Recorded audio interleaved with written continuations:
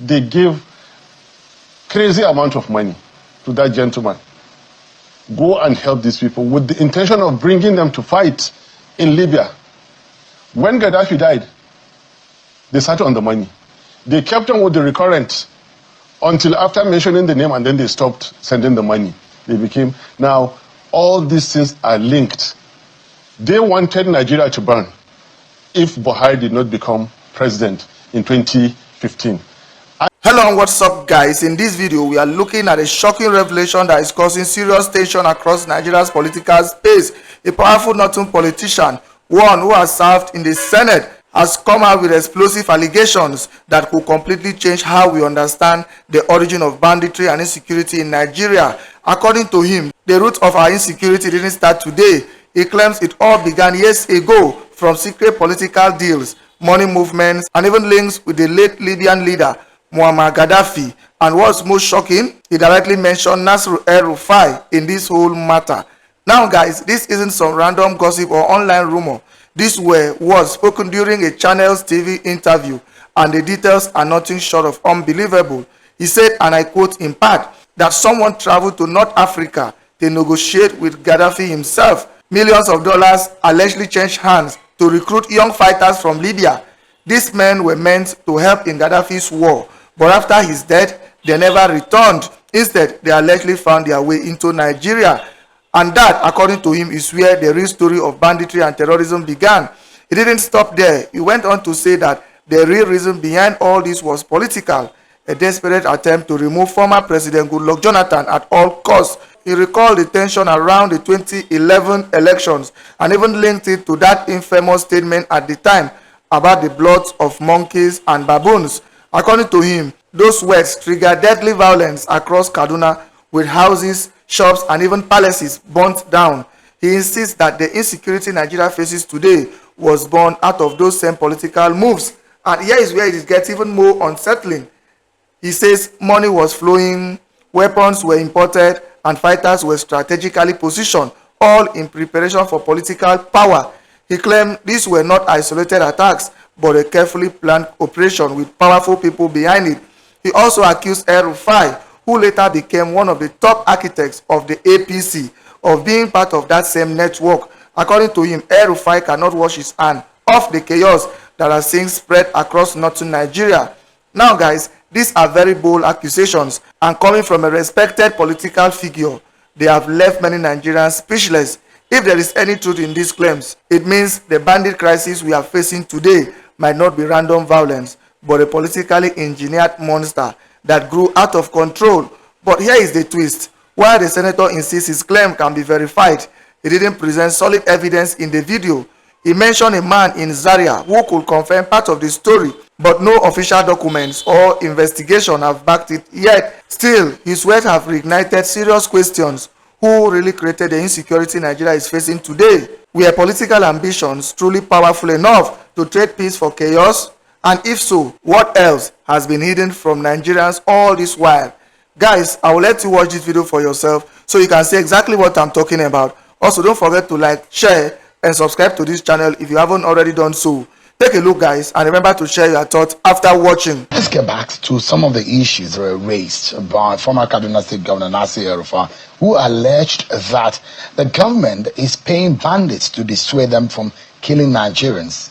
Of course, you know that he appeared on this program on Sunday, where he argued that bandits should be killed and not engaged in negotiation. The former governor served between 2015 and 2023, alleging that the policy of negotiation and compensation of armed groups was a national directive championed by the Office of the National Security Advisor. And since his appearance on this program, there are those who have said himself has engaged in those kind of acts in the past. A debate that have ensued based on that statement. However, the Office of the National Security Advisor has dismissed claims by Mr. El-Rufai that the federal government had been coordinating ransom payments and inducement to armed bandits across the country. Let me remind you, for those of you who couldn't catch it, but of course you can still go back to our YouTube page. It's youtube.com/channels web, and you can catch the full interview and portions that I'm going to show you specifically for our conversation tonight. This is the point where Madam El-Rufai on Sunday said It is a national policy driven by the Office of the National Security Advisor, and Kaduna is part of it. Many states are objecting to that, but that is a policy. Now, take a listen to it. What I will not do, okay, is to pay bandits, give them monthly allowance, or send food to them in the name of non-kinetic. It's nonsense. We are empowering bandits. It's not the government of Kaduna State. It's a national policy driven by the Office of National Security Advisor, and Kaduna is part of it. Many states are objecting to that, but that is the policy now. Chase the bandits. That's the new policy. My position has always been the only repentant bandit is a dead one. Let's kill them all. Let's wipe them. Let's bomb them until they are reduced to nothing. And then the 5% that still want to be rehabilitated can be rehabilitated. You do not negotiate from a position of weakness. You don't empower your enemy. You don't give him money to go and buy more sophisticated weapons. That's why the insecurity problem has not gone away and will not go away as long as this policy continues. That is an extract of what Malam Nasir El-Rufai said on this program on Sunday. And indigents and citizens of Kaduna State and citizens of Nigeria are already reacting to some of the issues, especially the implications tonight. Let's speak with one of those who is concerned about that statement. It's Senator Baba-Ahmed. He's joined us live. He's a former lawmaker and the vice presidential candidate of the Labour Party in 2023. Thanks so much indeed for joining us tonight. Hi, pleasure to be here. I know you were one of those who were somewhat very concerned about that statement. What's your view about that statement, though? That statement is at the core of Nigeria having a government. Do we really have a government if somebody who sold Nigeria's assets for 4 years at BPE, served as FCT minister for 4 years, and served as governor, would say that there is a national policy of paying bandits? Do we have a government? Am I a citizen? Are you a citizen? Does Nigeria exist? Or do a pack of people live in a certain territory with another group of people claiming to misrule them? Do we have a government? Do we have a nation? What are we doing? Are people understanding the gravity of this statement? Do we even have an office of a national security advisor? A national policy is official position of government. An official declaration that this is what we shall be constitutionally doing, what we shall be legally pursuing. That's what we call a national policy. It is made public, it is celebrated, it is broadcast to the whole world. Was such a thing held? Why did Nasir say it? If the office, so-called Office of National Security Advisor will take this statement with levity, then Nuhu Ribadu was never a policeman. He is not a qualified lawyer. He should not be in that office. What would you say he should be doing? His office has reacted to this. That is not a reaction. If you were the NSA, what would you be doing? And Nasir should be writing some comments by now, some statements to the police, to the courts. If the position of Nigeria, the so-called APC government of Uncle Tinubu, if their official position is to be compensating bandits, paying bandits, then we don't have a nation. So your inference tonight is that whatever Malam Nasir El-Rufai has said in that respect, which we played back, yes, if it's not true, the government of the day should be taken more seriously. Yes, and so long as it passes by with the so-called, what you call reaction of the answer, then it is true. And I tend to agree that it could be true. But if for example, I was going to ask before this one, another almost 8-year governor of Borno State said that there are informants of terrorists in the Nigerian military and among Nigerian politicians, and it is official. You have the evidence. Before then, there was another politician who again said that bandits and terrorists were brought into Nigeria pre-2015 election. These are even small ones. Do you remember?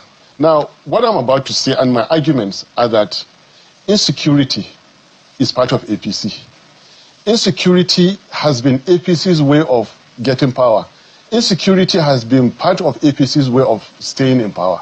Is that fact or just your opinion? That is my candid, firm opinion that is being strengthened by the kind of unfortunate comments like that of Nasiru.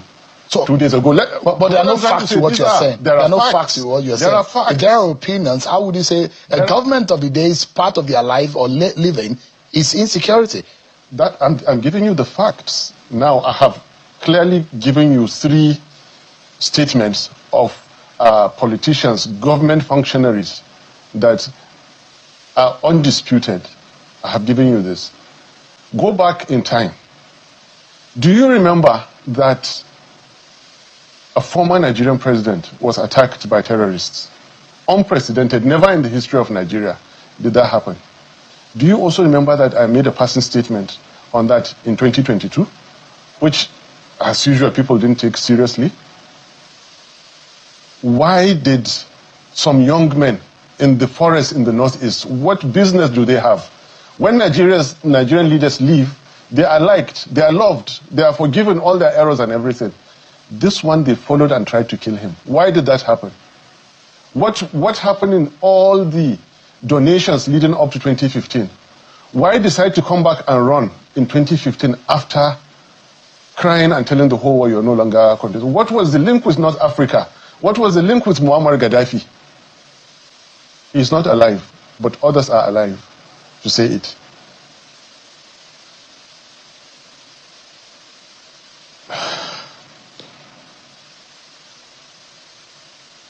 You are from Kaduna State, Senator. This is Shehu. Oh. I'm in so much pain. Believe me. Nigeria is a great country, should be a great country, and we have people destroying us by the hour. Insecurity has been part of APC's game. And Nasiru is saying it, and I think he's right. The government has been paying them. Well, you don't Last year, this time, I have facts. No, the government has said no, they are not paying them. They are paying them because the reaction of ONSA is not disputing what Nasiru has said. You are inferring that the NSA should arrest Nasiru No, I'm not interested. Or collect his statement. But if that happens, there are those in opposition that will say they are going after opposition voices. There are more ways to counter such a position. I told you about 2015. You see, going after a former Nigerian president, trying to kill him. What does that tell you? Something. Before that, what had happened? After Jonathan won in the Supreme Court, they called for dialogue, and those young men nominated a former Nigerian president who took 3 days to repudiate. After those 3 days, go and plot the graph. You will see that between 2012 to 2014, the spikes of attacks around those villages in the northeast skyrocketed because hunger, lack of medicine. Why? Because somebody had stopped sending the recurrent expenses of those people who used to come all the way to Kaduna, collect and then go back, and that's how the cycle went. In protest as to why did you call that name, they couldn't bear it anymore and felt by 2014 the best thing was to go and attempt. It failed. We're lucky. They got Jonathan scared. He thought that, if they kill this man, Nigeria will burn. They provided him with additional cars, more money, and it was all about money. It was all about collecting money. The truth is that somebody had gone to North Africa, negotiated with Gaddafi. Gaddafi, who was an international terrorist, all over the world, from the far west to the far east, said, I will help you, like I've been doing. I heard there are some young men. There are plans to kill Gaddafi, not in a palace coup, but through uprising. If it fails and you become president, I will retire to your country if you become president. If it doesn't fail, right now, he wanted to create a buffer. So he sent Saif al-Islam, go on YouTube and find out, to Niger with money, cash, millions of dollars in his boot, to recruit Tuaregs to go and fight in Libya. Sent his former general to Mali, why you still have insecurity in Mali. In Nigeria, they gave crazy amount of money to that gentleman. Go and help these people with the intention of bringing them to fight in Libya. When Gaddafi died, they sat on the money. They kept on with the recurrent until after mentioning the name, and then they stopped sending the money. They became, now all these things are linked. They wanted Nigeria to burn if Buhari did not become president in 2015. I contested alongside Buhari for Senate. I contested for Senate in 2011. You have it on YouTube. He said, blood, soaked in blood, the baboon and the... Ever since he made that comment, I refused to go and campaign with Buhari. Refused completely. It didn't matter if I lost the Senate seat. I won it eventually.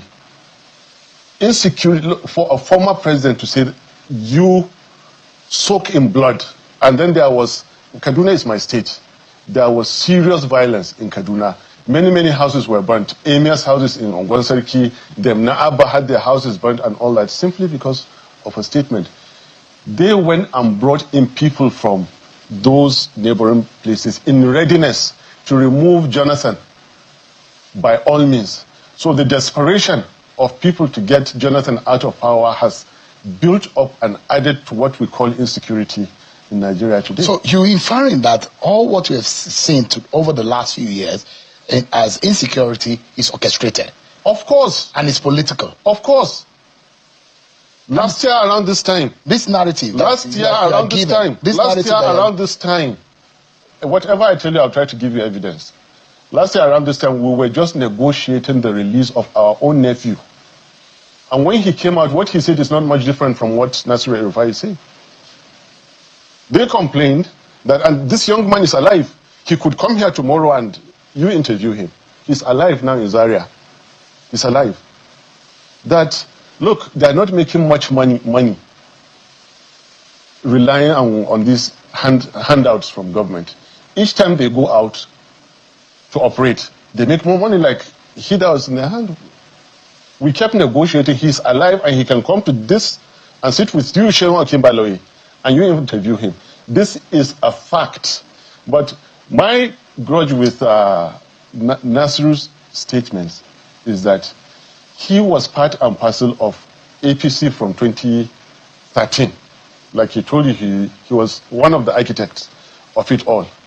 All of a sudden, to come and absolve himself and call others. No. Nasiru is part and parcel of all that has been going on. We suffered, we are victims of Nasiru's misrule in Zaria. Go back December 2015, when a war was supposed to have been won in the Northeast. What business, what military and strategic business did an army chief have to come to Zaria for a convocation, not of NDA, graduation of recruits, privates, choosing to follow the route where the Shiites were holding? All these things were orchestrated. They knew the exact hour, the exact minute that he was coming to pass, because they had the technology. And 800 people were killed because they wanted to raise down the temple that was built. These things were carefully doctored and orchestrated. These are heavy allegations that you are making, and which one will imagine? One will imagine someone of your status in the society. Yeah. Why are you just saying this? Why are you saying this? Does it amount to a political gimmick, or no? What exactly are you up to with this? Shewon, I've been saying it. I said it in your own program. I mentioned the link about North Africa. In your own program, go back and check. Play the archives and see. Wherever I spoke, I linked electoral fraud with insecurity, corruption and insecurity. I have always done this. I'm worried, actually, with some of the things that you are saying. But what is at the heart of all of this is that people are being killed, and government is saying innocent soldiers are also losing, and security operatives are losing their lives. The question is, where do we go from here? How do we stop this cycle? If you say they are political in nature, for the sake of God, how do we stop this cycle of killings? Only when you have the right leaders. You can only have the right leaders when you have them truly elected. So long as people will steal an election, so long as people will capture a nation, you will never have security. Most important, most drastic, most horrific is that when that group of people use the tools of insecurity like we have seen in 2015, and it worked, and they achieved what they wanted. And again, they use now, for example, the tools of religion, ethnicity, division within political parties, heavy use of money, security, constitutional abuses and breaches. The law means nothing. It is just what one individual decides, irrespective of what the law says. You have to go and change the law to what suits that individual. There cannot be security. Not just peace, there cannot be security. Now let's go back. The purpose of being together in a nation is that you must be secured by whoever is leading you. If you're not secured, you're living in hell. You're not in a nation, like we're almost there now. If that is the purpose, and you have someone who served as 8 years as a governor in one of the federating units, to come and say that it's a policy of the government to reward, because pay is reward, to reward terrorists and criminals. And the history of these people who have been in power, including the governor who said it, is that it is consistent with what he claims now to be doing. And that government is still ongoing. They still have another 2 years to go. We, the ordinary citizens, have no option. The whole world will take it that, yes, the Uncle Tinubu government, so-called federal government of Nigeria, has a policy of paying bandits and terrorists. The history I narrated to you of collecting donations from all over the world by somebody who specialized in collecting donations, by somebody whose entire political game, presidential contest, was because there was no way to sustain the ecosystem around him.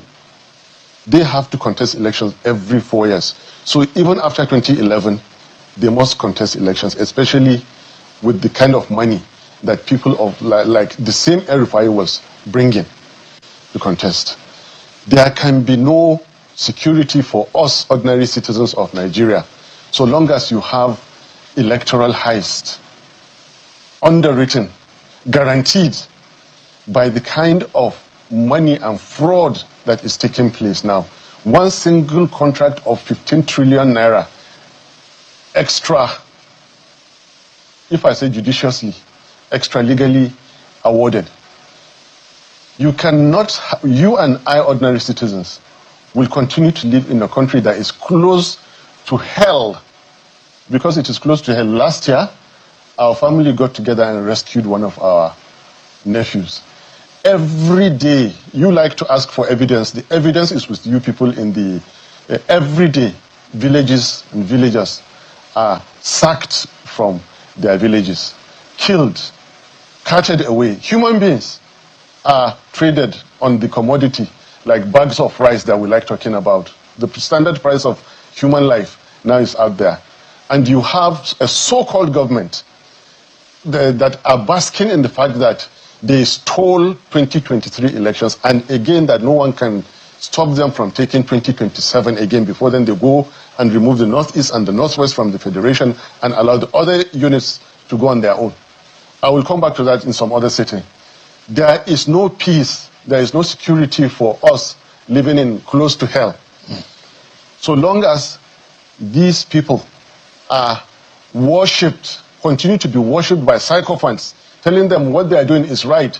They are buying politicians who are jumping ship to join APC and give them the falsehood that they are doing well.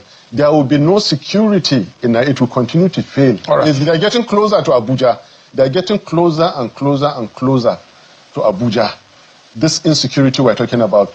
So long as the president the so-called president is aloof with the realities on ground and has a so-called vice president who has been reduced to just going for wedding ceremonies, burial ceremonies, in the situation that Nigeria is, look, it is easier for the federal government of Nigeria now to send a whole vice president to go for condolence visits and wedding ceremonies than when 200 people are killed in the villages in Katsina.